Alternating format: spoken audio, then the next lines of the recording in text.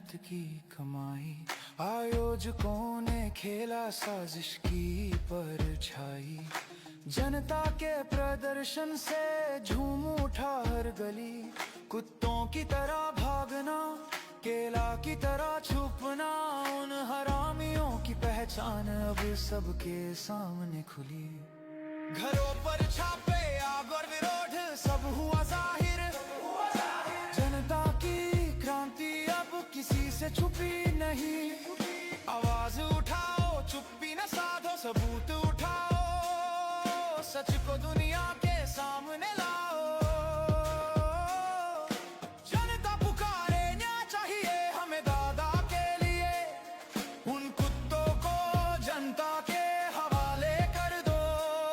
जनता करेगी उनका इंसाफ। असम से सिंगापुर तक आपकी कहानी सुनाएंगे हम।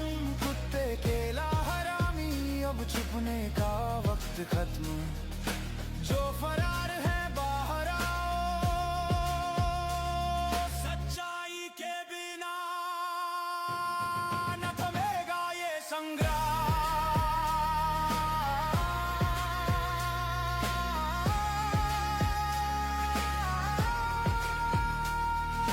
रात चाहे जितनी भी काली हो, सुबह की किरण जरूर आएगी। आपकी आवाज, आपकी यादें हमारी लड़ाई को हमेशा जगाते रहेंगे।